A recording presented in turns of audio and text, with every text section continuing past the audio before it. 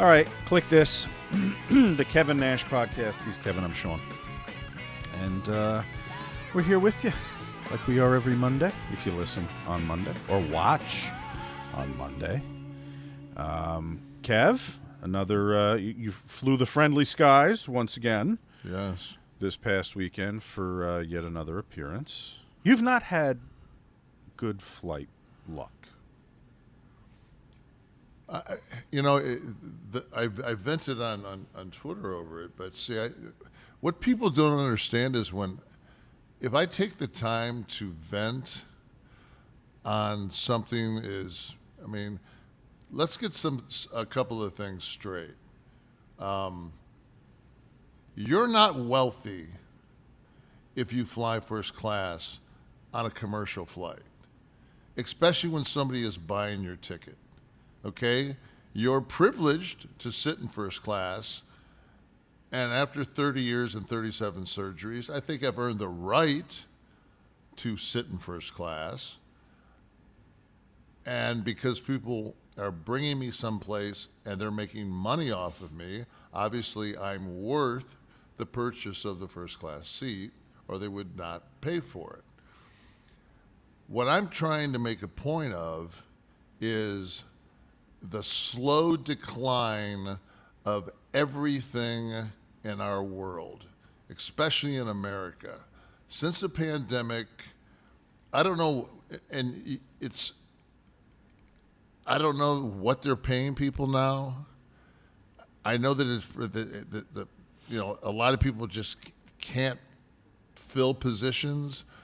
So I don't know if people that used to be in these positions who were very conscientious, understood that, the old, the consumer is always right. But it's what it is the flight before that. It was the fact that we were 100 yards from the actual terminal. This was 2 weeks ago. You're talking about the plane was buckled up, and she's telling the gentleman to sit down because she's got to get the paperwork. There's no fucking paperwork. Once you leave the gate, there's no. It's the lies. It's this. Okay, I was talking to a guy on the plane, and he was watching Fox. I was watching CNN. And he says, I don't see how you could watch that. And I said, if your wife that you were married to for 30 years came to you and said, I just wanted to tell you, for the last 30 years, I've been lying to you. And not only have I been lying to you, but what I really feel is 180% from what I'm telling you. So every time I tell you I love you, I'm actually telling you I hate you. She's tuckering you. Exactly. And then, of course, most people would go, oh, well, fuck, that's not a problem, baby. We'll just keep this thing rolling. But what they don't understand is they continue to watch Tucker Carlson. So at this point, Tucker Carlson is saying he's pro-Trump, with the MAGA, with all this, and he's 180 degrees. He doesn't like the man, doesn't like what he stands for, can't wait till this is over. So what does that make him? He's definitely not a Republican. He's not for the GOP views. So he's a Democrat, more so than I am. So what did the guy say? He just looked at me. I guess it's like he just looked at me like I was tucking my cock in my pants after I was pulling it out of his mouth. Like, well, I guess I never thought of it that way. Never thought of it that way. The problem is, you don't. You see, at this point you can't use the word thought because you don't have any. You don't have a thought. You're being Blind told. follower, Yeah, you're being told. It's just like this. You just can't see the motherfuckers moving you around. This, I just. So let me bring you to Delta for a minute here. All right. So 2 weeks ago, we went through that on the air already, and A couple weeks ago, way out. Yeah, whatever it was, 2 weeks ago. I bailed. But you did tell them that you were considering yourself a hostage, Yeah. being held hostage on the tarmac, I was at that point. I was a hostage. and they let you off the plane. They along with about. It ended up being the entire plane Right. because Well, but you got the ball rolling. Yeah, So, but okay. people don't realize that if it's weather related, they don't have any compensation to the customer. If it's mechanical, they have to put you up, feed you, give you the. I mean, so what they do is they fucking lie. They're telling me that it's a weather situation. I pull out my phone, go to my radar app. There's not a fucking thunderstorm east of the Mississippi. I don't know what kind of weather they've got going on, but there's no. It's so this week. I get into Atlanta. First off, as I leave on Thursday, I fly in from Daytona Beach into Atlanta. I've got like a 3.5 hour layover, and I get on a flight, and we're taxiing to. We're not taxiing. We are on the actual approach to where we're going to take off. And we get the soccer mom slam on the brakes where everybody goes forward. And because I'm so tall and all you have is a waist belt, I actually have to get my hands out in front of me to put my hands on each side of the screen. So you're still on the ground and you're moving into position, and he jams the brakes. He jams the brakes, and at that point, everybody looks out their side windows and sees a lovely Southwest airline plane crossing in front of us. Cutting you off. But this one doesn't make the news because at this point, it's now SOP. Now that we have the acting FAA director, which I now realize that means substitute teacher. He's handing out the copy paper and telling you guys, go ahead and scribble and just don't fucking cause any trouble. Stay quiet. Yeah, this fucking guy is like, what a douchebag, right? Like nothing's been solved. It's the simple things as this. We now have apps on our phones where you can say to an AI, write me a cease and desist letter to the trademark Kevin Nash, and in 15 seconds, it's better than any paralegal could write. Yeah, ChatGPT. Yeah, so we have this ability. Sure. Yet we don't have the ability for a human being at a fucking jetway to punch in that it's a Airbus 320, and then they just punch it in. So when the front tires go into this trough and it locks in, and you know what it is, all they have to do is punch in Airbus 320, and this motherfucker doesn't have to joystick this motherfucker for 4 weeks to get the. It's just that the jetway just would automatically know what the plane was. It would go. Why don't we have that? Well, I don't know. Maybe you should invent it. You know any billionaires that own any companies? If I did, I wouldn't be flying commercial. Well, maybe you'll be on a private jet soon. And that was your point before when you said exactly. People that are rich fly private planes. Right. And they take their dogs and that whole fucking deal. But this wasn't even the worst part of the trip. You didn't get your bags. It was a whole to do. And the people, my crew from Delta that I've been flying out of that airport in Daytona Beach for 26 years, every one of them are so conscientious and so great.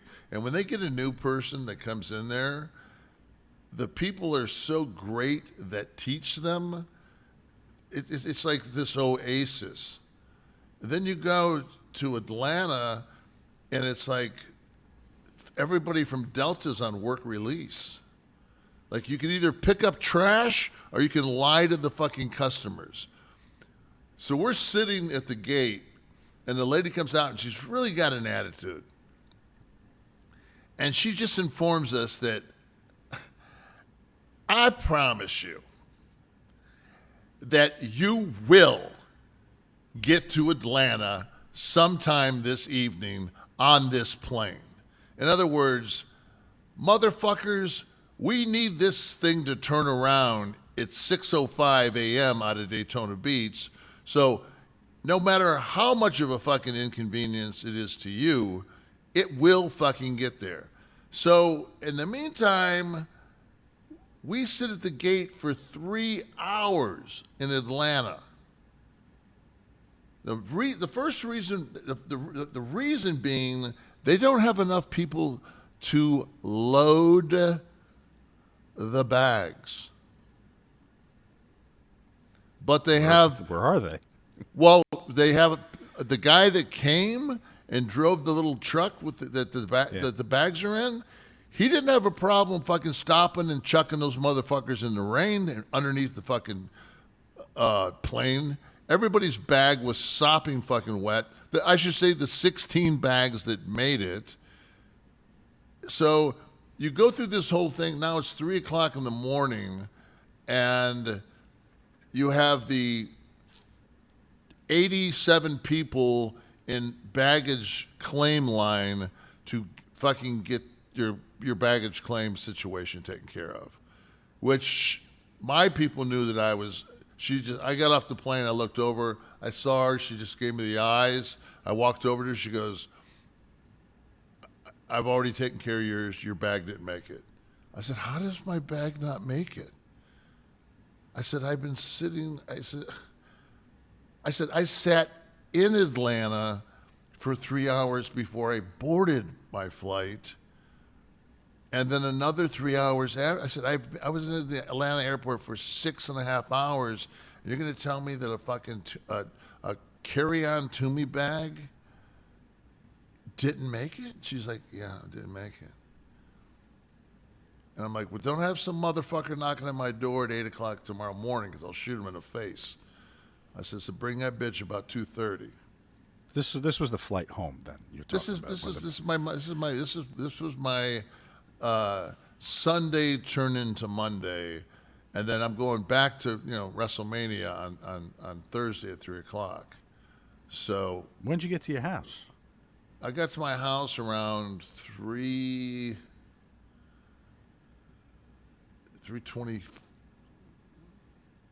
3:25, I think. A.M. Monday. Yeah. When were you scheduled to land? Like 10 or something? No, 11:27. Oh, boy. So you let Delta have it on Twitter. I saw that.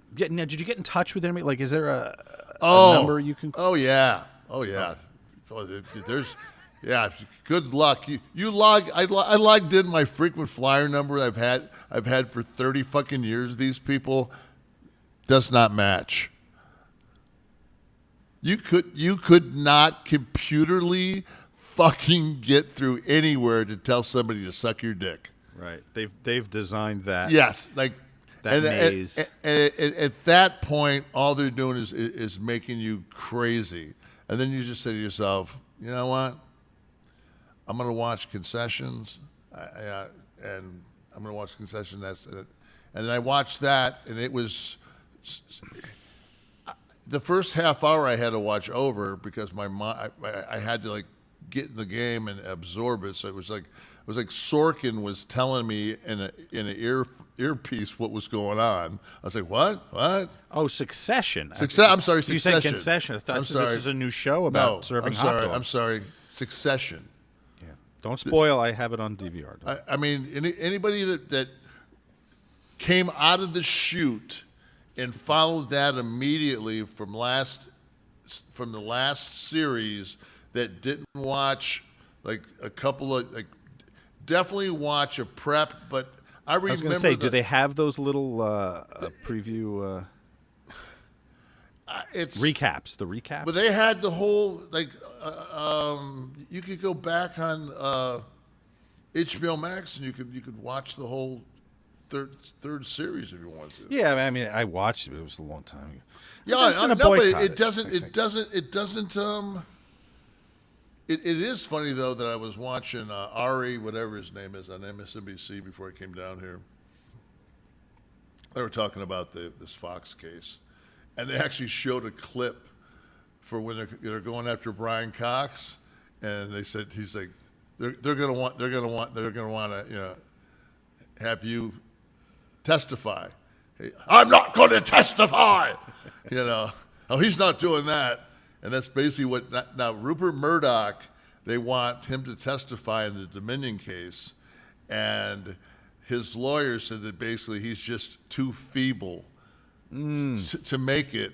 Yet he's getting married to like a 26-year-old, going to Bora Bora. He's got like 13 flights in 8 days, but God forbid if he had to get in front of somebody under oath and hey, old dude, fucking like, you're writing a check.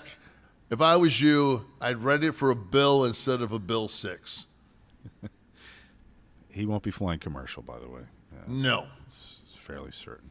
I think I'm going to boycott. This is the first year they didn't bring me into voice an episode, so maybe I'll be boycotting season 4 here, the final season. You can let me know what happens. Well, I'm sorry to hear about your fiasco. I hope this weekend goes a lot more smoothly out to California. Well, the only thing you could probably top it would just a little Patsy Cline. Sorry? I'm sorry. Was that Patsy No, Cline? that's Patsy Cline fucking just crash. I'm going for the song. I'm like, what the fuck? I'm sorry. Crazy, that's what it was. Crazy for getting on fucking Delta again. I'm crazy. But my only option out of fucking Daytona Beach is American. Now, why don't you fly out of Orlando so you can go direct? Can you go direct in first class out of Orlando? Oh, you can't. Some places, but everything. It's like people say, well, how about Orlando? I'm like, so you want me to drive 90 miles south of my house, get on a plane to fly to Atlanta? That would be me. That the impression was, oh, how about Orlando? That's exactly. I did the Ericksons. Oh, how about Orlando? I do that all the time. People would be like, how about Orlando? I'll be like, how about Miami? Why Miami? I don't live there either. Because the math I was doing, call me crazy, was yes, a 90-minute ride out of your way to save a 6-hour inconvenience on the tarmac in Atlanta. But is it? You're still going into Atlanta under the same weather circumstances. Well, that's what I was asking. Do you still have to hit a layover if you go? I thought it would be Orlando to Lafayette or wherever the fuck you're going. My wife's flying overseas. Orlando has nothing. Okay. She's got to go down to Miami to fly to Venice. She going to Italy? Yeah, she's going to spend a couple days in Venice. Then she goes on like a 14-day Mediterranean cruise, and then she's going to go to Athens for a couple days on the back end. Oh, it's tremendous. Yeah. Because it's does she need company? Me and my wife are great company. No, she's great entertainment. She had a friend of hers that had her 50th, and it was right before the pandemic, and got delayed, I guess. the pandemic / work, and the work, you dick. The pandemic / away from Gates to make a shitload of money. But And then her friend also beat breast cancer during all this shit. Good for her. So now it's this epic. And the thing is, I love when people say this to me. Hey, I'm sorry your son died, but maybe it's time for you to get out there and do some traveling. I said, yeah, let me walk the streets of Florence one more time to see David's 1-inch fucking cock, so I can walk on the cobblestones of Florence and get plantar fascia. Let me do that, because I haven't done that enough. It's like when I lived in Phoenix. Is there any chance we could go to the fucking Grand Canyon? Fuck yes. Rent a car and drive, motherfuckers. I've seen that. Just make sure you fly out of Orlando, Kevin, when you go to Venice. Yeah, because, you're rich. I don't understand why you don't fucking fly in a jet helicopter. That way you can land right on top of the convention center.